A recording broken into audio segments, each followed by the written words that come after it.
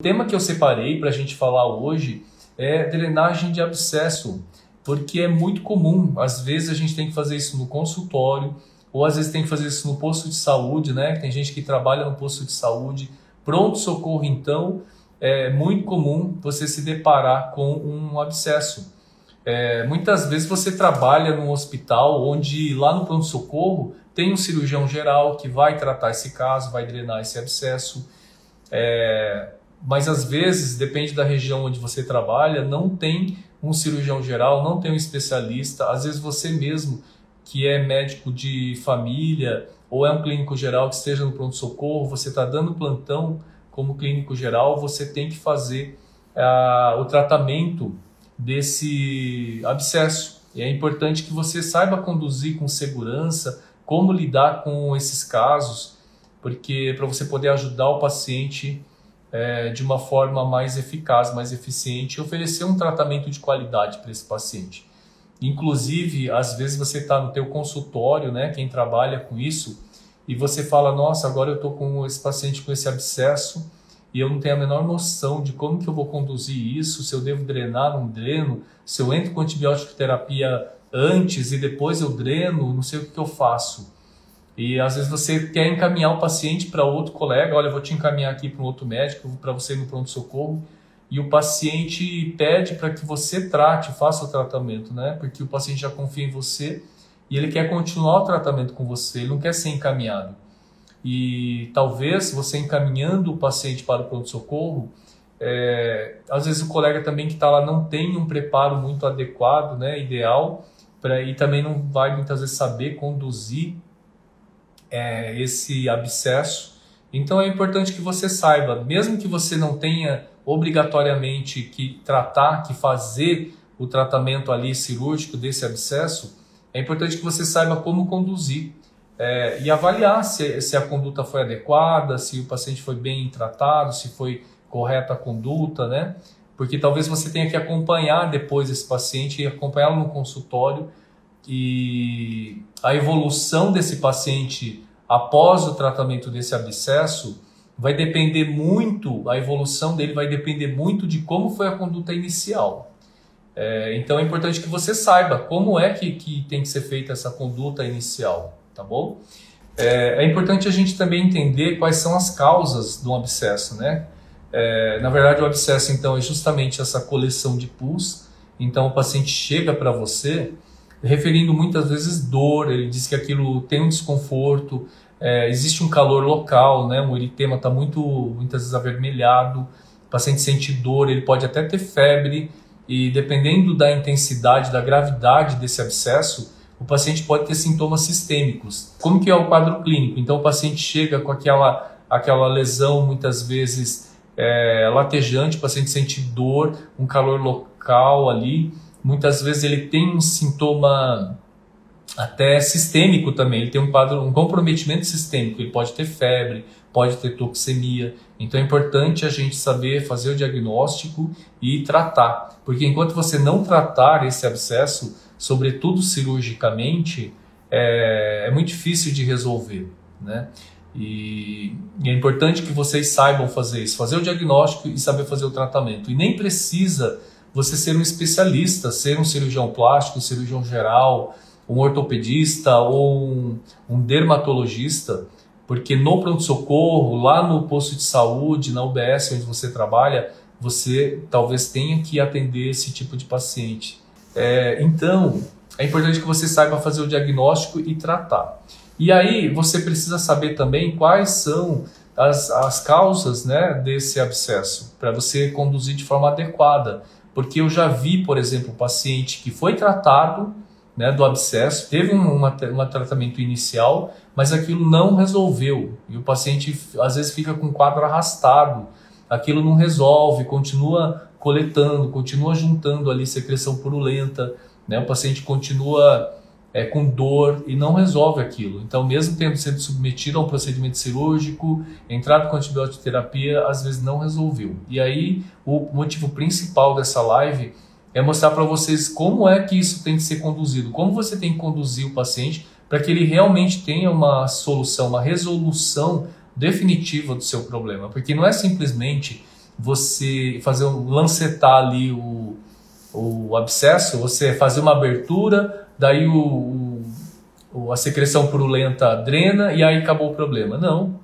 Muitas vezes ali não vai acabar o problema, né? O problema pode perpetuar. E aí o motivo dessa live é isso. Eu quero explicar para você o que é que pode estar acontecendo que não resolve aquele cisto, aquele abscesso que não sara, sabe? Não resolve. O paciente muitas vezes volta no pronto-socorro, fica retornando. Doutora, rasgou aqui, saiu o pus, mas voltou de novo a juntar novamente. Aí vai lá, drena novamente, aquilo não resolve, fica aquele quadro arrastado. E o objetivo dessa live é mostrar para vocês por que é que isso acontece e como que a gente tem que resolver. Mas antes da gente chegar lá, é importante a gente saber das causas, né, dos abscessos. O que é que causa, então? Um abscesso pode começar, por exemplo, com uma foliculite, muitas vezes, né? Um pelo que encrava, como todo mundo diz, e aquele processo, ao invés dele regredir, ele começa a aumentar, a evoluir, né, de forma desfavorável e forma aquela coleção. E é importante você também saber qual o momento de fazer a drenagem, o tratamento cirúrgico, e como fazer esse tratamento cirúrgico, como fazer a drenagem. Não é porque o paciente chegou, te procurou ali com essa queixa que você imediatamente já vai submetê-lo ao procedimento cirúrgico. É importante que as condições locais ali sejam favoráveis para você fazer o tratamento, fazer o pequeno procedimento cirúrgico. E o principal sinal é a flutuação. Então, o abscesso ele precisa estar flutuando. Porque às vezes você vê aquela hiperemia, aquele calor local, aquela área túrgida, muitas vezes muito edemaciada, mas você vai palpar ali e não tem um ponto de flutuação, não tem uma área amolecida. Flutuação, gente, é quando está amolecido. Sabe quando parece uma bexiga cheia d'água, está flutuando, você vai apertar ali e aquilo flutua? Esse é o sinal de que você pode submeter o paciente ao procedimento cirúrgico, tá? Então não vai adiantar porque você pegar ali e tentar fazer uma incisão se não tem flutuação, porque vai sangrar bastante, você não vai resolver, porque muitas vezes o abscesso ainda não está maduro, como a gente diz, ele não está totalmente organizado, ele não está no ponto ideal para fazer a drenagem. Às vezes é só um edema local ali, uma infiltração dos tecidos, e você faz a incisão, aquilo só sangra e não resolve o problema. Então, é importante você examinar o paciente e sentir que aquilo está, de fato, flutuando, tá? E pode começar com a foliculite. E uma outra causa muito frequente de abscesso é o cisto sebáceo infectado, né? O cisto sebáceo, o conteúdo dele é queratina, e é um material que é muito facilmente contaminável, digamos assim, porque é um excelente meio de cultura, né? A queratina lá do cisto sebáceo. A gente chama de sebo, gente, mas é queratina. E muitas vezes aquilo infecta e faz um abscesso considerável, né? Então, cisto sebáceo é uma outra causa de abscesso. Ferimento corto-contuso. Então, o paciente chegou no pronto-socorro com ferimento corto-contuso, se cortou de alguma forma. É importante ter a gente tomar todos os cuidados, né, de antisepsia, asepsia, né, com clorexidine direitinho, fazer a higienização do local, fazer anestesia usando todo o rigor técnico, né, luva estéreo, máscara, touca, material descartável, material estéreo, né, seringas e tudo mais, para que a gente tenha uma boa evolução. E frequentemente a gente tem que prescrever antibiótico terapia no pós-operatório. Então, mesmo seguindo todo esse processo, o paciente pode, às vezes, evoluir com um abscesso, né? Então, você precisa avaliar bem esse paciente depois, se ele retorna muitas vezes com abscesso, para você avaliar por quê, o que aconteceu, como foi esse ferimento. Porque, às vezes, esse ferimento corto-contuso deixou ali uma parte do tecido desvitalizada. Isso muitas vezes é uma causa de abscesso, porque um tecido desvitalizado ele vai evoluir com necrose e vai infectar e formar uma coleção de pus, que é o abscesso. Aí você vai falar, mas doutor Ed, como é que eu vou saber no pronto-socorro se o tecido está desvitalizado? O que eu vou fazer? Se você tem dúvida, é melhor você não fazer nada. Você realmente sutura, entra com antibiótico e encaminha ele para o ambulatório, né, da cirurgia plástica ou da cirurgia geral. Mas, de modo geral, você vai perceber que o tecido está desvitalizado porque ele começa a ficar escuro, sabe? Mas é melhor você ter uma conduta mais conservadora, porque às vezes você vai tirar aquele tecido e ele pode estar viável e o tecido pode fazer falta para o paciente depois, né? Então, você pode fazer ali a sutura, mas a presença de um tecido desvitalizado, ou seja, um tecido que vai evoluir com necrose, pode ser uma causa de abscesso, por exemplo, num ferimento corto-contuso. E como que esse tecido desvitalizado se forma? Às vezes, quando faz um corte assim que levanta uma tampa, então às vezes essa tampa ela é muito fininha e aí essa parte mais distal aqui ela pode evoluir com necrose, com isquemia, né? Então pode acontecer isso, mas é melhor que algum especialista avalie isso depois. Então você faz a sutura, mas encaminha o paciente para um cirurgião geral, para um cirurgião plástico para avaliar a necessidade do debridamento, que é remover essa parte mais distal que estaria mais isquêmica, que estaria sofrendo isquemia, tá? Uma outra causa também de ferimento que pode infectar e evoluir com abscesso é mordedura humana, que é extremamente contaminada, né? Ou mordedura de cão, de gato, de algum animal. Então você precisa tomar muito cuidado nesses casos, de fazer uma boa higienização ali. Você faz uma antisepsia com clorexidine, né? Faz com clorexidina aquoso, talvez, para o paciente não sentir tanta dor. Faz uma anestesia ali com lidocaína para que fique confortável, infiltrativa, infiltra lá a lidocaína. E depois uma boa higienização mesmo com clorexidine, pode ser degermante ou um clorexidine aquoso e antibiótico no pós-operatório. Então toda a mordedura humana, né, ou de algum outro animal, é importante fazer uma avaliação, um segmento depois no pós, porque o paciente pode evoluir com uma infecção grave, formação de abscesso. Então é importante a gente acompanhar de perto esses pacientes, tá? E uma outra causa muito comum de formação de abscesso é presença de corpo estranho. Então, quando você recebe tanto o paciente que sofreu ferimento corto-contuso ali no pronto-socorro, onde você está ali, você recebeu aquele paciente, é importante que você investigue se ali dentro daquele ferimento não tem um corpo estranho. Porque é muito comum de se fazer a sutura ali e não se tomar um cuidado de procurar. Ali dentro do ferimento, às vezes pode ter um caco de vidro, né? O paciente sofreu um acidente, às vezes acidente de carro, pode ter um estilhaço de vidro ali dentro, eu já vi isso. Então, às vezes, sutura e o fragmento de vidro pode ter permanecido ali dentro. Então, é um corpo estranho e isso vai evoluir com um quadro de infecção, formação de um abscesso, frequentemente.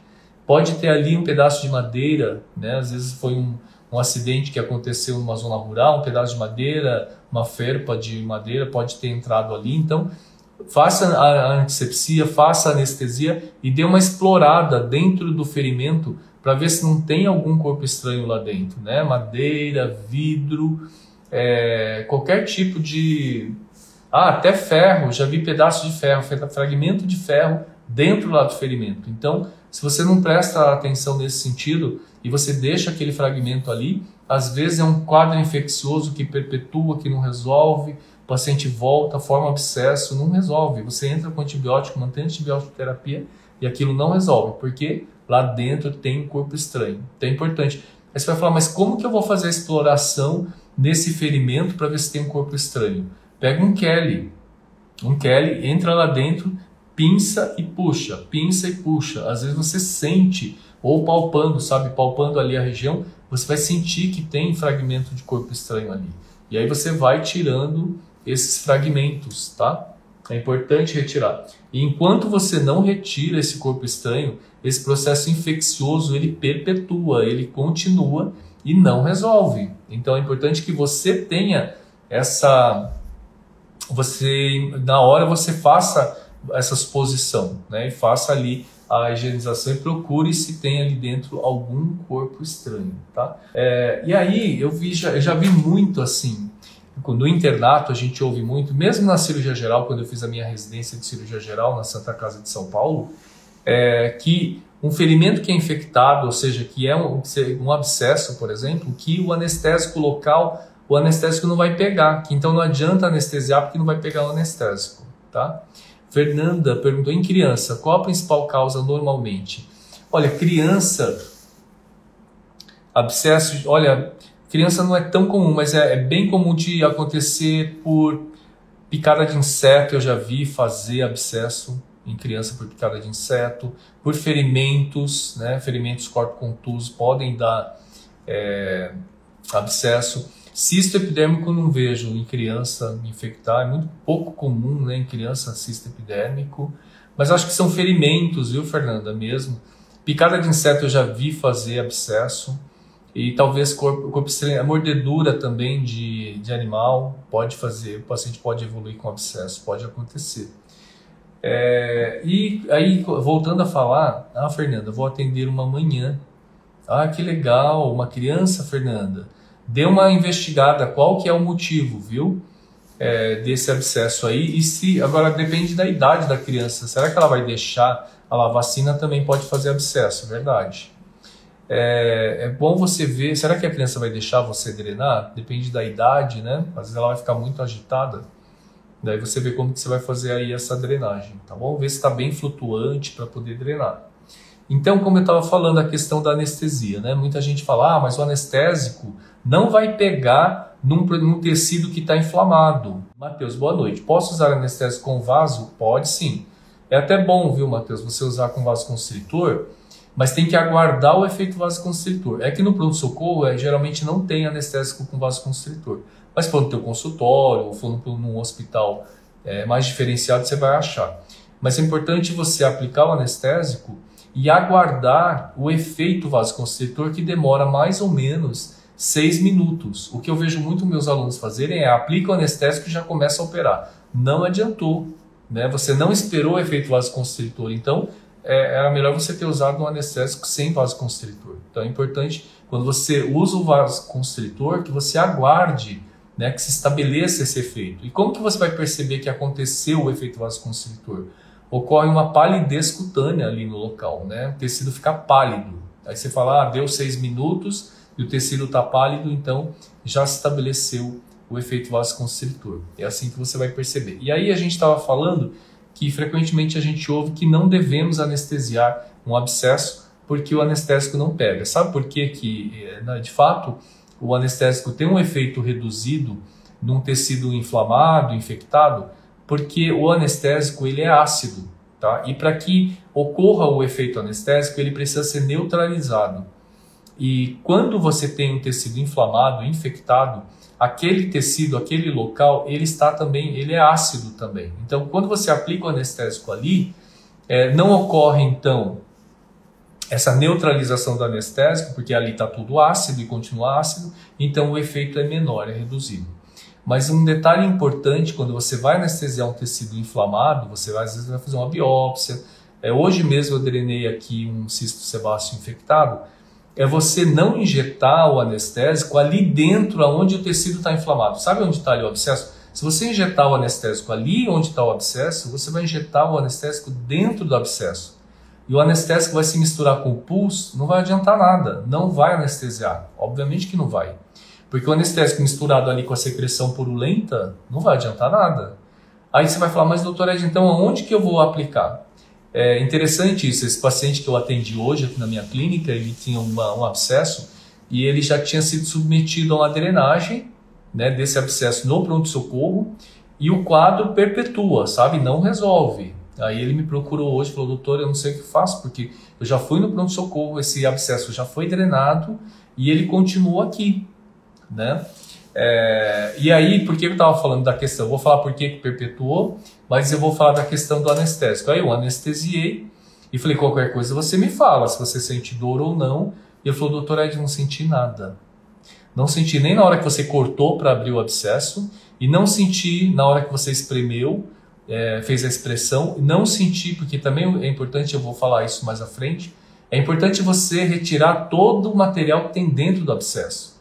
Né? E muitas vezes o que tem lá dentro, o conteúdo, às vezes tem um conteúdo sólido. Né? Pode ter ali, por exemplo, queratina, E se você não limpar e higienizar bem a cavidade do abscesso, aquele quadro perpetua, o paciente continua voltando, o abscesso formando, juntando mais pus, aumenta o tamanho do abscesso, fica o calor local, o paciente tem febre, não resolve. Por quê? Você precisa esvaziar toda a cavidade, todo o material que tem lá dentro. Então eu faço uma incisão maior, aí eu introduzo lá dentro, eu limpo com Kelly com uma gaze, limpo lá dentro com Kelly. Olha só o movimento que eu faço lá dentro. Eu puxo com Kelly ali dentro os pedaços, fragmentos de materiais que tem, muitas vezes o que tem lá dentro é um material necrótico, né? Tem queratina, tem tudo lá dentro, tem tecido necrosado lá dentro. Então você precisa limpar, obviamente com delicadeza, mas é preciso remover todo esse material desvitalizado, porque se você não remove esse material desvitalizado, o processo continua, aquilo perpetua. E foi o que aconteceu com esse paciente. Ele foi submetido a uma drenagem um mês atrás, mas o processo continuou, porque lá dentro continuava ainda com material desvitalizado, né? Então, esse é um dos motivos por que o quadro perpetua e não se resolve. Então, quando você faz essa drenagem de um abscesso, você tem que limpar lá dentro. Então, eu lavei com clorexidine a cavidade, lavei com soro, removi os fragmentos, depois introduzi uma gaze lá dentro com Kelly, limpei lá dentro limpei bastante lá dentro, até que quando eu fui puxando assim com Kelly, não saía mais fragmento nenhum, estava limpinho. E depois eu coloquei um dreno, na verdade. Eu vou mostrar para vocês como que eu faço o dreno para vocês colocarem. Quando você tem um abscesso assim, você precisa colocar um dreno, porque senão aquela incisão que você fez, ela fecha rapidamente e aí começa tudo de novo a coletar a secreção purulenta. Então é importante você depois manter o dreno. Mas vamos voltar aqui à questão da anestesia. Então eu estava falando por que a anestesia não pega, não é que todo mundo diz, o anestésico não pega. É importante você tomar esse cuidado de não injetar o anestésico dentro da cavidade do abscesso, né? Porque o anestésico vai se misturar à secreção purulenta e não vai resolver nada, não vai anestesiar de fato. Então, onde que você vai fazer a anestesia? Você vai fazer a anestesia em volta. O abscesso está aqui no meio, não adianta você anestesiar aqui no meio. Você tem que anestesiar em volta, tá? Longe um pouco de onde está o processo infeccioso, o processo inflamatório, toda aquela coleção, você tem que fazer fora. Então eu faço com agulha de insulina, pego uma seringa de 5, eu aspiro lá o anestésico com vasoconstritor, né? Mas é importante que vocês lembrem aonde que eu não uso vasoconstritor. No pênis e no dedo. Em todas as outras regiões a gente pode usar o anestésico com vasoconstritor. E todo aquele cuidado, né, a delicadeza, eu sempre faço um botãozinho, coloco lá a agulha de insulina e ainda uso aquela agulha de insulina mais fina, que é aquela de canhão amarelo, porque tem aquela de canhão cinza, que ela é mais calibrosa, é um pouco mais desconfortável para o paciente. Então eu uso aquela de canhão amarelinho, que o calibre dela é de 30, e aí faço um botãozinho na pele, depois eu introduzo mais agulha e depois eu injeto ali no subcutâneo, aspiro e injeto ali um pouquinho de anestésico, aproximadamente 0,2 ml, e aí vou fazendo os pontos em volta, né? Não chego a usar talvez 2 tubetes, se for talvez 4 ml de anestésico, e vou fazendo vários pontos assim no subcutâneo em volta, né? E deixo assim, aguardo uns 6 minutos. O que acontece? Que às vezes vocês acham que o anestésico tem que ser aplicado lá dentro, ou lá no local da cirurgia. Eu percebo muito isso quando a gente vai operar câncer de pele, né? Meus alunos tendem a querer colocar a agulha muito perto do tumor. E aí, quando você volta com a agulha, você dissemina células neoplásicas. Então você tem que fazer uma anestesia em volta, né? E você fazendo a anestesia em volta, o miolo vai estar anestesiado, gente. Não tem necessidade de você anestesiar o miolo. No miolo eu só faço anestesia no local onde eu vou fazer a incisão. Então eu faço uma anestesia intradérmica bem na pele ali mesmo, no local onde eu vou fazer a incisão, bem intradérmico, para não introduzir a agulha lá dentro e injetar o anestésico dentro da coleção, né? A Adriana perguntou, hidradeniite supurativa trata do mesmo jeito? Não, Adriana, hidradeniite supurativa é outra forma de tratamento. É claro, às vezes forma um abscesso, uma coleção, sim, você pode tratar assim. Você drena o abscesso só para resolver aquele quadro infeccioso. Mas o quadro inicial, a origem, que é a hidradeniite, não vai resolver. Então, o melhor tratamento para hidradeniite é a exérese mesmo, infuso, né? Fazer um fuso em volta e remover todo aquele tecido. E como a hidradeniite supurativa é um quadro infeccioso mesmo, aquilo nunca vai sarar totalmente, né? Então, se não estiver um abscesso enorme, só tiver aquela fístula, um abscesso pequeno, aí eu já faço um fuso, tiro em monobloco até o subcutâneo e retiro todo aquele tecido. Mas é um assunto para uma próxima aula, a gente vai falar sobre isso. Pois bem, então você anestesiou aqui em volta do abscesso, anestesiou a pele lá onde você vai fazer a incisão, aguardou 6 minutos para fazer o efeito vasoconstritor, e aí você vai pegar uma lâmina 15 e vai fazer a incisão ali onde você anestesiou, tá certo? Lembrando que aquilo precisa estar flutuando, você tem que palpar e sentir que aquilo está flutuando como uma bexiga cheia d'água, é essa a sensação. Você incisa no ponto mais mole, incisa com a lâmina 15 ali, e aquilo já começa a sair, tá? Então, inicialmente você vai fazer a expressão em todos os sentidos, assim, para esvaziar toda a coleção. E muita gente pensa que depois que você fez aqui a expressão, acabou o tratamento. Aí você põe lá gás e pronto, o paciente vai embora, você prescreve o antibiótico e o paciente volta dizendo que voltou tudo, recidivou o abscesso, não resolveu. Mas o que aconteceu? Que esse abscesso recidivou, o quadro perpetuou, eu drenei o abscesso, fiz a expressão, esvaziei todo o abscesso, prescrevi antibiótico no pós-operatório, mas o paciente voltou queixando que aquilo não resolveu ou recidivou, voltou a coletar secreção purulenta. Justamente porque ali dentro ficou material desvitalizado, ficou queratina, se era um cisto sebáceo infectado, pode ter ficado um corpo estranho, se aquilo era um ferimento corto-contuso, ficou ali um fragmento de algum corpo estranho, pode ser vidro, madeira, ferro, um pedaço de ferro, alguma coisa. Ou pode ter ficado um tecido desvitalizado, né? Num trauma, pode ter sido um trauma muito grave e uma parte do tecido ficou necrótico e aquele tecido ficou lá dentro, necrosado, e isso vai perpetuar, né? E às vezes tem os debris mesmo, do próprio abscesso lá dentro, né? E fica aquele material lá dentro, não adianta, o abscesso vai recidivar. Então, como é que você vai resolver isso? Você vai fazer a incisão, que não pode ser muito econômica, porque de fato você tem que limpar lá dentro. E de que forma que você vai limpar? Então, que tamanho que seria uma incisão generosa? Uma incisão de pelo menos 1 centímetro, 1,5 centímetros. E como que você vai... Porque precisa ser amplo, a incisão precisa ser ampla, para que você consiga introduzir um Kelly lá dentro e limpar, higienizar, puxar com o Kelly assim, ó, você vai abrir e você entra com o Kelly aberto, fecha lá dentro e vai puxando. Você vai notar a quantidade de material desvitalizado, muitas vezes material necrótico, sujeira mesmo, que vai saindo de lá de dentro. Daí você higieniza, pede para sua assistente ou enfermeira que estiver ali, para ela jogar clorexidine, soro fisiológico, você lava a cavidade, coloca uma gaze lá dentro, com esse Kelly você vai limpando lá dentro com essa gaze, higienizando lá dentro, joga soro, joga clorexidine, vai higienizando, você vai ver a quantidade de material que sai. Então, se você não faz isso, o quadro perpetua, né? Você não resolveu, não foi efetivo, não foi eficaz o seu tratamento inicial. Pois bem, então você precisa remover todo esse material, lavar bem. Depois que você fez isso, é claro, se for um abscesso pequenininho, talvez de 1 centímetro de diâmetro, não dá para você colocar um dreno lá dentro. Mas se for uma cavidade já que tenha 2 centímetros, até um pouco mais, que você colocou o Kelly, introduziu lá um bom pedaço do Kelly lá dentro, seria recomendável que você drenasse, colocasse um dreno ali. Por quê? Você não colocando um dreno, talvez no dia seguinte aquele ferimento, aquele orifício, aquela abertura que você fez, talvez ela já cicatrize e feche. E aí o que aconteceu? Aquela secreção purulenta lá que continuou secretando um pouco, começa a coletar novamente e o abscesso volta a recidivar.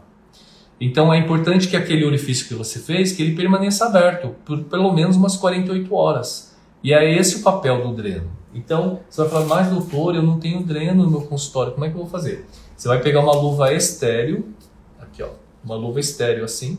Se for lá um orifício maior, você pega o dedo da luva aqui, ó, o dedo da luva, e você corta assim, ó, eu vou cortar aqui. Corta o dedo da luva e você introduz lá o dedo da luva e deixa uma parte para fora, para o paciente remover. E quanto tempo ele vai ficar com esse dreno? 48 horas. Só que às vezes no consultório a gente não trata um abscesso tão grande, né? Às vezes o abscesso é pequeno e às vezes esse dreno aqui não caiba, esse dreno que você fez não caiba lá. Mas se você estiver no hospital, peça lá um dreno de Penrose, tá? Um Penrose tem o pequeno, médio, grande, ou fino, médio, grosso. Tem 3 calibres de dreno de Penrose, tá? Se você estiver no hospital, um local de recurso, você pede dreno de Penrose, tá? E a luva, lembrando que ela tem que ser estéril, tá bom? Outra possibilidade que eu gosto muito de usar, sabe essa parte aqui, ó, da luva? Eu vou cortar aqui, eu faço essa parte aqui do punho, ó, eu corto aqui. Eu faço essa parte aqui do punho como se fosse um dreno, ó. Eu vou cortando assim. Eu vou cortando aqui, ó. Vou cortar aqui enquanto vocês vão vendo aí, tá? Eu corto assim, ó. E faço essa parte aqui do punho como se fosse um dreno, ó. Tá vendo essa parte aqui? Ó, essa parte aqui, ó. Eu corto aqui e faço um dreno. É claro que essas rebarbas aqui você tira, né? Eu não vou tirar agora que a gente vai levar muito tempo. E você pode usar isso aqui, ó, como um dreno. Tá bom? Você introduz lá dentro, deixa uma parte para fora para o paciente remover na casa dele. E esse dreno fica por 48 horas, tá? Muitos alunos meus, olha só que interessante, né? É interessante quando você ensina e você entende o que passa pela cabeça do aluno. O aluno me perguntou assim, tá, mas esse dreno aqui, ó, como é que a secreção purulenta vai passar por dentro aqui, né? É interessante isso. Eu nunca imaginei que o aluno pensasse isso. Ou aqui, por exemplo, como que a secreção vai passar por aqui? É importante vocês saberem que esse tipo de dreno de Penrose, esse dreno que a gente faz aqui com a luva, o mecanismo de ação dele é por capilaridade. Então a secreção não vai passar por dentro do dreno, não. Na verdade o dreno ele só vai funcionar como um guia, um caminho para a secreção seguir e sair para o meio externo, para sair para o exterior, tá bom? E não adianta você remover esse dreno em 24 horas. É importante que fique um bom tempo, 48 horas. Né? Então, deixe 2 dias lá, coloque um bom chumacinho de gaze, porque aquilo pode ficar secretando, saindo, pode sujar a roupa do paciente, ele vai ter que ficar 2 dias com aquilo. Né? Então, coloque um bom chumacinho de gaze, tudo estéreo. Daí você cobre com o micropore, aí o micropore em cima de cima não precisa ser estéreo, você pode usar o micropore que você tem aí. O paciente fica com esse curativo por 48 horas, ele remove no banho mesmo eu peço para remover. E daí já vai molhando e o micropore descola, o paciente retira e eu já falo, ó, observa o dreno que eu deixei lá, uma borrachinha, eu até mostro para ele um pedaço de como que é, e falo, observa lá, no chuveiro você tira ou pede para algum acompanhante teu retirar a borrachinha. Se você não encontrar a borrachinha dentro do curativo, você volta aqui, porque nós vamos ter que procurar essa borrachinha. O que pode ter acontecido é do dreno ter entrado para dentro da cavidade. E se o paciente não conseguir remover, você mesmo introduz o Kelly lá e puxa esse dreno, tá? E remove, é muito fácil. O que não pode é o dreno ficar lá dentro perdido, né? Porque daí o dreno funcionaria como um corpo estranho, né? Não pode ficar de jeito nenhum. Então é importante falar para o paciente, ó, você tem que achar o dreno, tá? Ou tá no curativo, às vezes o dreno saiu sozinho, ou você vai puxar, retirá-lo e jogar no lixo. Se você não achar de jeito nenhum, nem no curativo, nem aí no teu corpo, você volta aqui que eu vou puxar e vou remover para você. Tá bom? Então é importante isso. E eu oriento o paciente em casa, depois, quando ele remove o dreno, dele lavar, higienizar bem o local, deixar com o chuveirinho mesmo, entrar bastante água lá dentro, sabão, dele deixar entrar um jato de água para remover as sujeiras que por acaso ainda tenham sobrado lá dentro, tá? O dreno então vai ficar por 48 horas e a antibiótico terapia pós-operatória, pós-drenagem é fundamental, né? Pode ser uma cefalexina mesmo, você pode usar de 6 em 6 horas 500 mg ou 1 grama de 12 em 12 horas, né? Pode usar também ciprofloxacin, aí vocês sabem até melhor que eu, né? Olha aqui, a clínica Cilhote perguntou, quais as indicações para se colocar o dreno? Tá. Quando você drena, por exemplo, um abscesso, eu acho que se for um abscesso pequenininho, de 1 centímetro, nem cabe o dreno ali, né? Mas se for um abscesso já maior, de 2 centímetros mais ou menos, eu acho melhor você colocar o dreno. Porque senão, esse orifício que você fez, essa incisão que você fez, é muito provável que ela se feche em 24 horas. Daí ela fecha e o que acontece? Começa a coletar tudo novamente, a secreção purulenta. Então, ficando o dreno ali 48 horas, ele vai fazer com que a secreção purulenta continue drenando e aí aquele processo se resolva definitivamente. Tá? Então, a indicação do dreno aqui no abscesso é esse, tá bom? A gente usa também nas cirurgias, mas aí é um assunto para uma outra live. Nas nossas cirurgias, nas nossas pequenas cirurgias e cirurgias dermatológicas, a gente também usa drenos e tem as suas indicações precisas e a gente vai falar sobre isso também. E o antibiótico você usa pelo menos 7 dias, né? Se for um quadro muito exuberante, um abscesso muito grande, você pode manter aí 15 dias de antibiótico terapia, tá bom? Tayana também, para drenagem de abscesso, usa somente depois? Antes não pode usar? O antibiótico pode usar, mas o que acontece, Tayana? O que acontece do abscesso é a coleção de pus. Enquanto você não drenar, não fazer a limpeza mecânica, não adianta você dar 1 quilo de antibiótico, porque não vai resolver o problema. Então eu já parto para o tratamento mesmo, cirúrgico, e associo antibiótico terapia. Eu vejo muita gente assim, vou prescrever antibiótico para esfriar o processo, só que muitas vezes não esfria coisa nenhuma, porque o que está causando o problema, que é aquela coleção de pus, é aquele material desvitalizado, é um corpo estranho, continua lá. Então não adianta você dar 1 quilo de antibiótico que não resolve. Você pode aplicar calor local quando não está amadurecido ainda, não está flutuando. Então você pode prescrever o calor local até que fique flutuando para a gente poder drenar, tá bom? Gente, então muito obrigado, viu, pela presença, adorei. Quem tiver dúvida, manda um direct para mim e sigam os meus canais. Um abraço, boa noite, tchau, tchau.